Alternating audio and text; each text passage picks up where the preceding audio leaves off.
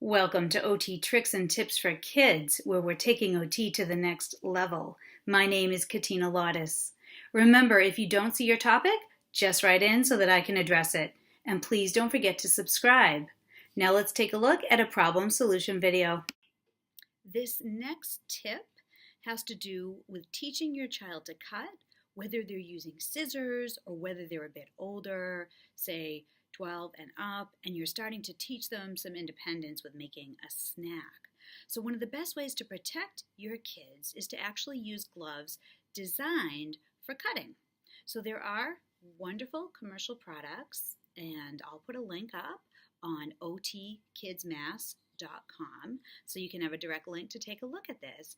But they're very inexpensive, and they go on the hands, and they come in a variety of sizes.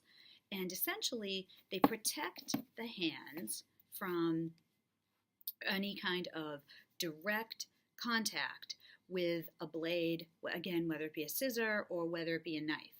So this is a really wonderful product to use if you're introducing scissors or you're introducing, again, elementary knife skills for older kids who are learning some independence with snack making.